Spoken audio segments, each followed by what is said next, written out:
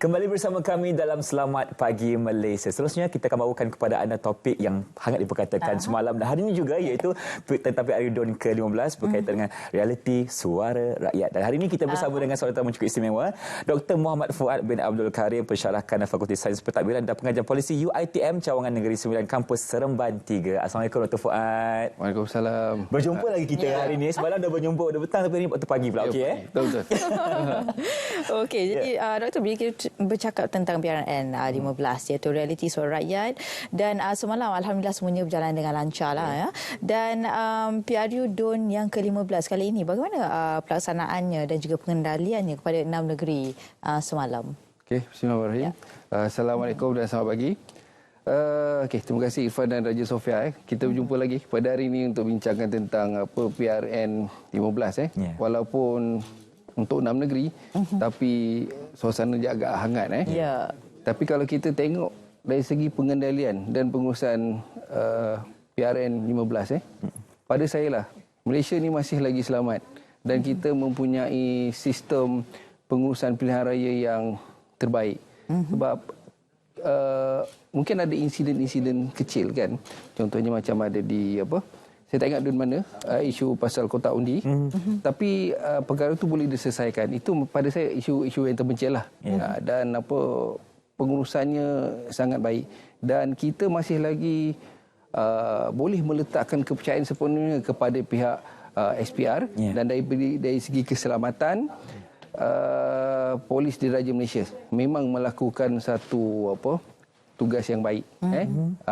Saya rasa kalau kita pergi mengundi semalam, macam saya mengundi, ada suka juga. Kita rasa selamat pergi masuk, tak ada apa-apa halangan, betul. mana tak ada provokasi dan sebagainya. Tak ada protes dan sebagainya. So, apa masalahnya? Okey, kan?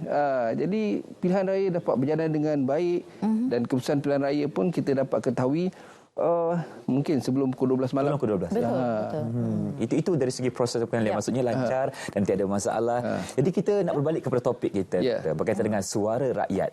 Jadi apakah kepentingan suara rakyat ini sebenarnya untuk kita bersama-sama mengharungi PRU DUN ke-15 baru-baru ini? Bagaimanakah suara rakyat itu mampu memberikan satu perubahan mungkin? Jadi apakah saranan doktor? Suara rakyat. Okey. Suara rakyat ni penting. Sebab dengan populasi Malaysia yang semakin berkembang, kita memerlukan wakil rakyat yang betul-betul boleh memperjuangkan kehendak rakyat, bukan hanya berpaksikan kepada objektif ataupun kehendak kepartian. So macam kalau kita tengok pilihan raya, kita ada kerajaan perpaduan, dan mungkin ada isu selepas PRN ni, mungkin ada ura-ura untuk menukar kerajaan dan sebagainya. Pada saya, berbalik pada isu. Kita hendak kepada isu rakyat ataupun kita hendakkan kepada kuasa.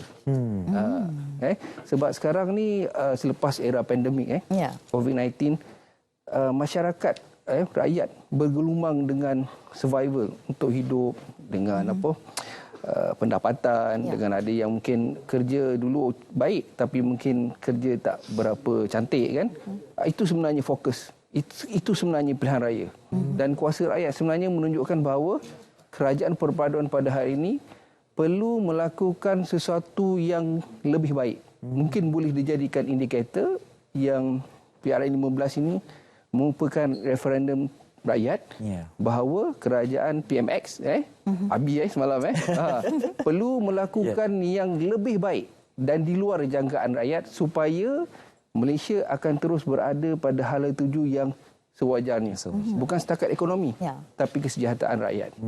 Dan itu dari segi suara rakyat lah. Maksudnya apa antara perubahan yang mungkin rakyat ingin lakukan di suatu DUN dan sebagainya. Dan bila kita menyentuh tentang perkara itu, doktor, adakah sebenarnya demografi dari segi umur, jantina, pekerjaan, tahap pendidikan juga sebenarnya memberi impak kepada keputusan pengundian ataupun mungkin orang kata lompat parti lah kan? Bagaimana? Kalau dari segi demografi lah, sebenarnya itu memang memberi kesan kepada pilihan rakyat dalam pilihan raya. Kerana kalau kita tengok segmen dalam demografi itu sendiri, mereka mempunyai kehendak dan keperluan yang berbeza. Contoh isu dalam PRU 15 dan PRN. Kita sering menimbulkan isu berkaitan dengan golongan muda. Kerana golongan muda, mereka mempunyai keperluan kehendak yang berbeza dengan pengundi yang sedia ada. Betul. Sebab 18 tahun, 19, mereka baru nak memulakan hidup selepas daripada era sekolah, universiti, kan. Jadi banyak impian yang ada. Banyak impian ada.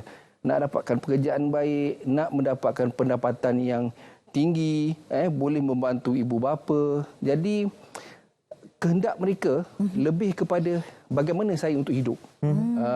Bagaimana, apa yang akan jadi pada saya selepas ini. Jadi itulah harapan yang diberikan kepada golongan generasi muda ni. Sebab bila dia nak memulakan, dia kena bermula dengan langkah yang baik. Mendapat pekerjaan, ada wang, dan dalam masa yang sama dia boleh membuktikan kepada diri mereka dan keluarga mereka dan mereka adalah sesuatu yang yang terbaik yang keluarga telah usahakan. Tapi kalau kita tengok macam golongan yang dah bekerja macam kita kan, so seolah-olah kita macam memikirkan tentang perut rakyat. Kos barang semakin tinggi, mungkin gaji pun mungkin tak berapa mampu untuk menguruskan kos sara hidup. Kan? Jadi macam apa yang telah kita bincangkan semalam kan, daripada kita berbincang tentang harga barang yang meningkat, kenapa kita tak berfikir tentang bagaimana untuk memastikan gaji semakin tinggi.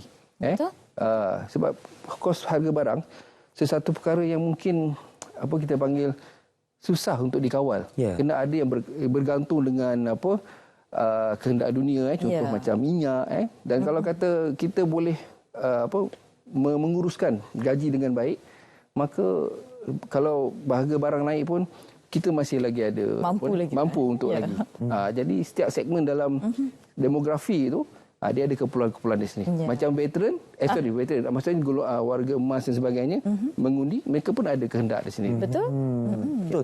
Doktor, dalam kita menyebut kepada kepentingan anak muda, suara mereka ni anak muda. Ya, besar kesannya kepada negara kita, pembentukan negara dan sebagainya. Dan dalam kita menyebut kepada kuasa anak muda ni, kita nak lihat juga kepada pelibatan suara mereka dalam realiti kepada pilihan negeri yang berlaku semalam. Bagaimana? Okey. Berdasarkan kajian yang saya buat sebelum PRN ni, tapi selepas PRU 15, penglibatan anak muda dalam politik semakin meningkat. Semakin meningkat, dan mereka sudah sedar bahawa betapa signifikannya mereka dalam pemilihan dalam negara. Jadi kuasa mereka adalah satu perkara yang kita tak boleh ambil ringan. Kerana macam saya kata tadi, mereka ada keperluan dan kehendak mereka yang sendiri. Dan dalam masa yang sama, golongan muda, mereka mempunyai idea-idea baru, kreatif dan segar. Jadi mereka hendakkan satu pembaharuan, pembaharuan dalam negara supaya mereka boleh menjadi lebih baik. Jadi saya tambah sikit, Doktor. Mungkin Doktor boleh kongsikan. Jadi bagaimana untuk kita sebagai ahli politik misalnya, nak beli jiwa anak muda ni? Nak beli jiwa anak muda, kita kena selesaikan keperluan dan kehendak anak muda. Bukan keperluan dan kehendak parti politik semata-mata, kehendak politician semata-mata. Kena memikirkan apa anak muda perlukan. Sebab kalau kita tak penuhi keperluan dan kehendak anak muda, sebagaimana kita nak membangunkan anak muda supaya boleh menjadi pemimpin masa depan yang lebih baik dan menjadikan Malaysia gemilang dan terbilang di peringkat dunia. Jadi perkara itu yang perlu difokuskan ataupun ditumbuhkan oleh pihak kerajaan dan parti politik. Bukan hanya untuk kita memikirkan tentang kuasa. Contoh macam PRN baru ni. Walaupun Perikatan Nasional 60% kerusi yang dipertandingkan dimenangi oleh mereka. Dan mungkin macam kita fahamlah ada ura-ura untuk mengubah kerajaan. Tapi persoalan dia, adakah perubahan kerajaan itu pilihan yang perlu dibuat? So macam Perikatan Nasional dan PAS bila menang besar di Tegi Negeri, buktikan bahawa mereka boleh menjadikan Kedah, Terengganu, Kelantan adalah negeri yang terbaik. Mungkin boleh membuat satu kejutan menjadi lebih hebat daripada Selangor dan Pulau Pinang. Dan ini boleh menjadikan bukti kepada PRU 16 nanti bahawa Perikatan Nasional dan PAS adalah pilihan yang terbaik. Dan adakah perubahan ini dijangkakan sebenarnya, Doktor? Perubahan ini 50-50. Okey. 50. Kerana selepas PRU 15 ada isu-isu tertentu yang dibawakan. Macam kita tengok perubahan ini berlaku disebabkan parti yang terlibat banyak bercerita tentang isu nasional dan isu peribadi parti berbanding kehendak rakyat. Contoh macam di Kelantan, PH menang, PN pun menang. Jadi mungkin ada kita panggil satu signal bagi kerajaan Kelantan bahawa ada isu-isu penting di Kelantan yang belum diselesaikan. Kita tak tahu, rakyat Kelantan lebih tahu. Betul. Jadi perkara itu yang perlu diberikan perhatian. Tapi kenapa kita nak berfikir tentang perubahan kerajaan sedangkan rakyat masih lagi memerlukan satu dasar yang boleh membantu mereka supaya boleh meneruskan kehidupan. Betul, setuju, Doktor. Sebenarnya fokus utama adalah tentang bagaimana untuk menyelesaikan masalah setempat situ kan. Itu antara isu utama. Dan berbalik kepada golongan anak muda tadi, mungkin parti politik ataupun calon-calon yang ingin mendekati ataupun membeli jiwa anak muda ni lah kan, perlu dekatkan diri dengan media sosial. Sebab di situlah kehidupan anak-anak muda. Dan sebenarnya adakah juga antara perkara media sosial ni juga dapat memberi ataupun mempengaruhi keputusan pemilihan parti tersebut daripada golongan anak muda, dan juga dari segi dari segi parti politik ataupun calon tersebut juga perlu untuk mendekatkan diri kepada orang kata teknologi lah, untuk mendekatkan diri kepada anak-anak muda ni, Doktor. Pada saya lah, media sosial ke, face to face ke, yang penting jalinan emosi antara pemimpin dan pengundi golongan muda perlu diteruskan. Bukan waktu pilihan raya je ada konsert bersama dengan rakyat. Kita kena seolah macam perkahwinan. Biarlah perkahwinan itu adalah perkahwinan yang pertama setiap hari. Begitu juga dalam masyarakat dan pilihan raya, biarlah rakyat dan pemimpin seolah-olah pilihan raya itu dibuat pada setiap hari. Berjumpa, ambil tahu, ada keakraban di situ. Keakraban di situ. Itu yang kita nak. Itu yang kita nak dan kita perlukan. So kalau datang macam bergantung pada sesi, ada masalah baru datang, dan bila ada masalah baru datang, barulah nak ambil tahu apa masalah dia. Jadi solusi dia akan jadi lambat. Betul.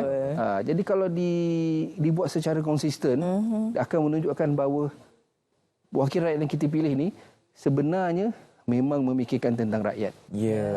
Bukan semata-mata memikirkan kedudukan mereka dalam parti politik dan juga dalam pesada politik di negeri ataupun di peringkat nasional. Senang kata kan, kita sebagai rakyat memang tak nak ada dinding yang menghalang di antara rakyat dan juga pemimpin. Okey. Kalau kita bercakap berkaitan dengan isu tempatan ataupun isu nasional ini, jadi kita perlu tahu bezanya, dan mungkin antara kedua isu ini mampu mempengaruhi pilihan pengundi pada periode ke-15 malam. Bagaimana? PRU 15 di peringkat nasional, isu nasional itu memang besar sebab dia akan menentukan dasar negara. Tetapi pilihan raya negeri, isu tempatan itu adalah keutamaan. Kerana wakil rakyat kita panggil skop untuk menyelia atau ambil tahu tentang rakyat telah berdasarkan kepada DUN, dan kehendak rakyat itu perlu diselesaikan. Dan macam pilihan raya negeri, saya nampak macam ada masalah bila isu nasional selalu dibangkitkan dalam di negeri Selangor, di negeri Kedah. Isu yang dibangkitkan adalah isu pemimpin, isu rasuah dan sebagainya. Kenapa kita tak bangkitkan isu rakyat? Air, peluang pekerjaan, peluang pendapatan, bagaimana nak menjadikan jalan raya tu terbaik, mungkin macam Bel Nasri boleh laminate sekali jalan raya tu. Kan? Betul. So keperluan rakyat tu lebih penting. Isu tempatan dalam pilihan raya negeri. Itu sebenarnya yang perlu difokuskan. Itu yang sebenarnya yang perlu diambil tahu oleh pemimpin politik. Sebab jangan menyesal jika satu masa nanti rakyat tidak mengundi ataupun rakyat merosakkan undi ataupun membuat undi protes. Jangan kecewakan rakyat. Jangan kecewakan rakyat. Bila rakyat kecewa, so macam orang baru lepas bercerai, orang lepas putus cinta.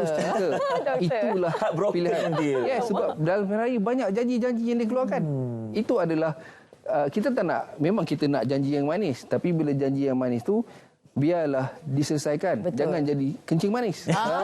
Nanti kaki kena potong dan sebagainya. Kita tak nak. Kita tak nak masyarakat kita rosak dengan janji-janji pilihan raya. Betul. Betul. Wow, okey. Dan bila bercakap tentang rakyat mula faham berkenaan dengan kesedaran tentang politik ini sendiri kan. Jadi ia juga dapat mengubahlah sebenarnya dari segi orang kata dapat mempengaruhi keseluruhan proses pilihan raya di setiap ataupun di 6 negeri tersebut. Jadi pendapat doktor? Pendapat saya. Dalam pilihan raya negeri ni. Okey. Apa yang nak berlaku itu kadang-kadang boleh dijangka. Sebab satu anjakan daripada kehendak rakyat itu sendiri. Dan macam pilihan raya negeri ni, isu tempatan itu akan disokong oleh isu nasional. Kadang-kadang dasar kerajaan juga akan membantu apa yang akan berlaku di peringkat negeri kan. Jadi secara umumnya kita boleh katalah dalam pilihan raya negeri ini satu signal kepada kerajaan Madani supaya menjadi lebih baik. Baik, itu dia berkaitan dengan topik kita, realiti suara rakyat. Terima kasih ucapkan kepada Dr. Fuad atas perkongsian pada hari ini. Memang sungguh memberi satu kesan yang positif kepada kita semua, lagi-lagi kepada anak muda untuk tahu kesedaran berkaitan dengan politik di negara kita. Ya, betul. Untuk kita memahami apakah antara keperluan demi masa depan negara, bukan demi diri sendiri. Itu antara perkara yang paling penting lah.